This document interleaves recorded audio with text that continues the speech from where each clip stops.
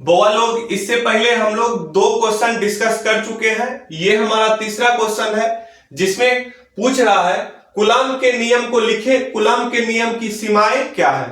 ठीक, तो आप लोग को पता होगा कि आवेश के बारे में जो है बेंजामिन फ्रैंकलिन ने बताया था कि 2 प्रकार के होते हैं, जिसमें सजातीय आवेश के बीच प्रतिकर्षण बल लगता है और विजातीय आवेश के बीच आकर्षण बल लगता है। तो उन्होंने ये बता दिया था कि बल लगता है, लेकिन कितना बल लग रहा है इसे मापने के लिए जो है उन्होंने कुछ उपाय नहीं बताए थे।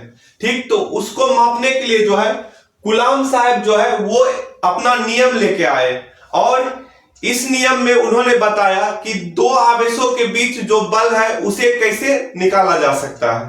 ठीक, इसी के बारे में हम लोग समझेंगे। तो क्वेश्चन क्या है फिर से समझिए, कूलम्ब के नियम को लिखे, कूलम्ब के नियम की सीमाएं क्या है। तो ये जो नियम दिया गया है इसका कुछ सीमा भी है। सीमा कहने का मतलब ये हुआ कि ये किस तरह के आवेश पे लागू होगा, कहां तक ये लागू होगा, उसके बारे में भी हम इसी क्वेश्चन में डिस्कस करेंगे। तो सबसे पहले कूलम्ब के नियम को चलिए जानते हैं। तो हम लोग को ये पता है कि कोई भी 2 आवेश जो होगा, कोई भी जो 2 आवेश होगा, जब वो एक दूसरे से इंटरेक्ट करेगा, जब दोनों आसपास आएगा तो क्या होगा, उस दोनों के बीच में आकर्षण या प्रतिकर्षण बल लगेगा।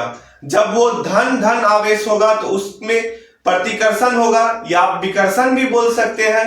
अगर एक धन दूसरा ऋण होगा तो उसमें आकर्षण बल लगेगा। ये बेंजामिन फ्रैंकलिन ने ये पता लगा लिया था। ठीक, वही बताए थे कि आवेश 2 तरह का होता है। उन्होंने ये बताया था कि सजातीय आवेश के बीच विकर्षण होता है और विजातीय आवेश के बीच आकर्षण, लेकिन उन्होंने बल के बारे में पता नहीं किया था कि कितना बल लगेगा और कैसे उसे निकाला जा सकता है। तो कूलम्ब के नियम के अनुसार जो है हम लोग निकाल सकते हैं कि 2 आवेशों के बीच कितना बल लगेगा। तो ये क्वेश्चन जो है आपका इंपॉर्टेंट है एग्जाम के लिए। आप जो है इसे याद कर लीजिए, लिख के याद कीजिए, अभी समझ लीजिए इसको, 2-4 बार लिखिएगा, 4 बार 5 बार बोल बोल के याद करना होगा। जब आप इसे याद कर लीजिएगा तो फिर अगले दिन फिर लिख के इसे देख लीजिए कि आपको याद है कि नहीं, फिर से रिवीजन कीजिए, फिर अगले दिन फिर से रिवीजन कीजिए। बहुत सारे बच्चे क्लास में भी बोलते हैं सर याद करते हैं, याद ही नहीं रहता।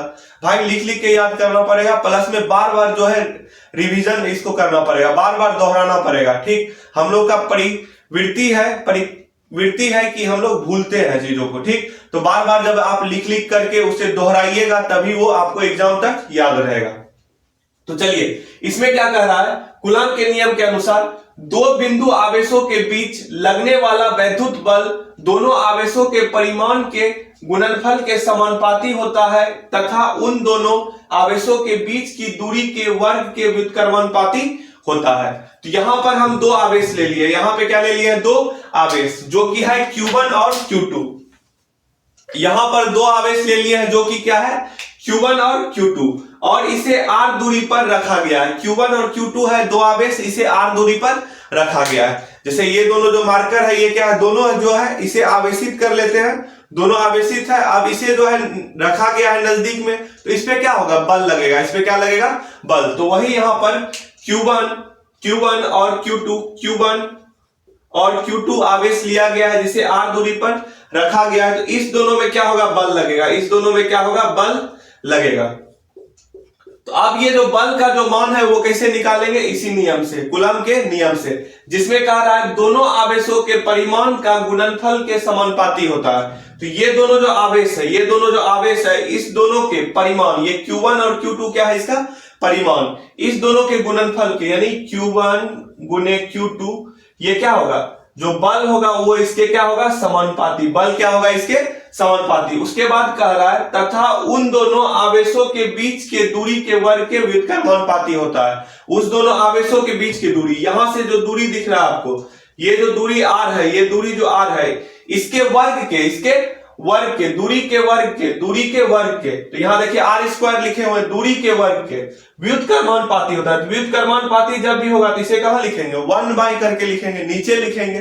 ठीक, तो बल जो होगा वो क्या होगा, दूरी के वर्ग के व्युत्क्रमानुपाती होगा, क्या होगा, दूरी के वर्ग के व्युत्क्रमानुपाती। तो ये दोनों बातों को जब मिला के हम लोग लिखेंगे तो वो लिखेंगे बल जो होगा वो समानुपाती होगा Q1 Q2 बटे R। स्क्वायर के, ठीक ना। और यहां से जब समानुपाती को हटाएंगे तो यहां पर हमें एक नियतांक मिलेगा जिसे हम लोग के कह देते हैं। ये एक समानुपाती नियतांक है। कैसा नियतांक है? समानुपाती नियतांक। और ये समानुपाती नियतांक के हो गया तो फार्मूला हो गया F इक्वल टू के Q1 Q2 bye are square. इसी के को हम लोग आगे जो है लिख सकते हैं 1/4 पाई एप्सिलॉन नॉट। और यहां पर जब एप्सिलॉन नॉट ले रहे हैं तो इस बीच में क्या होगा, इस बीच का जो माध्यम होगा या तो उसे हम लोग हवा मान ले या तो उसका माध्यम जो है निर्वात ले लेंगे, ठीक। तब ये क्या हो जाएगा, एप्सिलॉन नॉट, ठीक। तो इतना बात हम लोग समझ गए। अब इसमें क्या कह रहा है, कूलम्ब के नियम की सीमाएं क्या है, आप इसे नोट कर लीजिएगा। इसके बाद हम कूलम्ब के नियम के सीमाएं आपको बताते हैं, ठीक। तो ये भी बात जानना जरूरी है आपके लिए कि ये जो आपको है नोट्स, ये जो है नीचे डिस्क्रिप्शन बॉक्स में मिल जाएगा। और जो भी इससे पहले जो 2 वीडियो बना है बाकी 2 क्वेश्चन पे, वो भी आपको नीचे डिस्क्रिप्शन बॉक्स में मिलेगा। और उसके बाद आगे जो आने वाले वीडियो है वो भी सारा आपको डिस्क्रिप्शन बॉक्स में मिल जाएगा।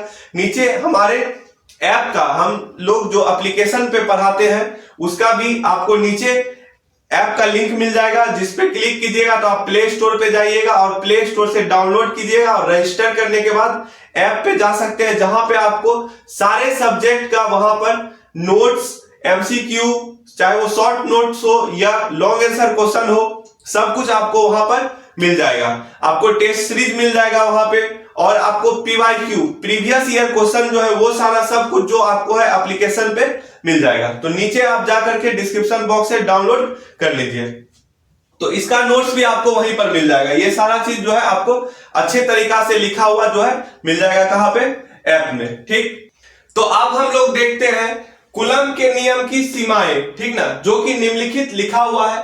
तो इसमें सबसे पहला पॉइंट आता है, यह केवल बिंदु आवेशों के लिए लागू होता है। यानी जो हम आवेश लेंगे वो कैसा आवेश होना चाहिए, Q1 और जो Q2 होगा, Q1 और Q2 ये बिंदु आवेश होना चाहिए। Q1 और Q2 ये क्या होगा, बिंदु आवेश।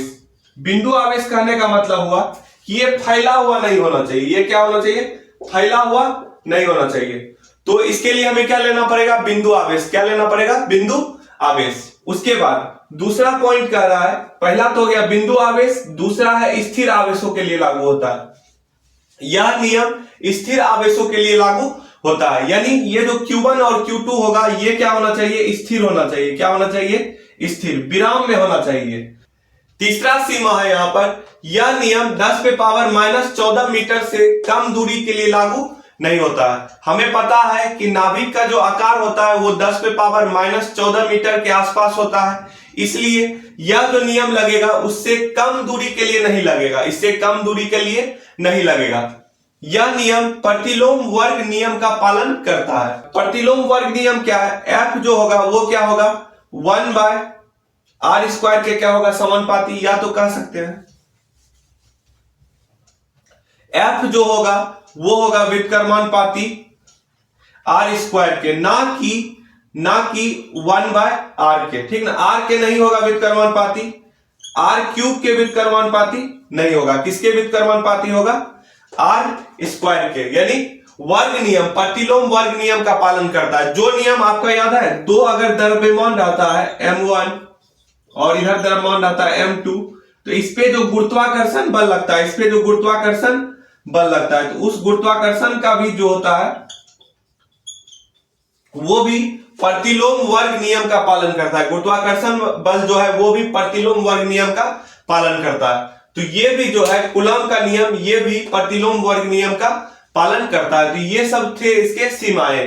तो अगर आपको क्वेश्चन अगर आ गया कूलम्ब के नियम की सीमाएं लिखे, तो आप लिख सकते हैं दोनों आवेश क्या होना चाहिए, बिंदु आवेश होना चाहिए। दोनों आवेश क्या होना चाहिए, स्थिर होना चाहिए। दोनों आवेशों के बीच का जो दूरी है, दोनों आवेशों के बीच का दूरी क्या होना चाहिए, 10⁻14 से अधिक होना चाहिए, कम नहीं होना चाहिए। 10⁻14 मीटर से कम नहीं होना चाहिए, अधिक होना चाहिए। और चौथा इसमें कह रहा है पॉइंट, यह नियम प्रतिलोम वर्ग नियम का पालन करता है। यानी जो इसके बीच का जो दूरी होगा उसके वर्ग के क्या होगा, व्युत्क्रमानुपाती। बल जो होगा क्या होगा, इसके बीच के दूरी के वर्ग के व्युत्क्रमानुपाती। तो इस तरह हम लोग अब अगला क्वेश्चन नंबर 4 भी देखेंगे। तो अगर वीडियो पसंद आया होगा तो अपने दोस्तों के साथ जरूर शेयर करें और हमारे चैनल को सब्सक्राइब करें। तो चलिए मिलते हैं नेक्स्ट वीडियो में।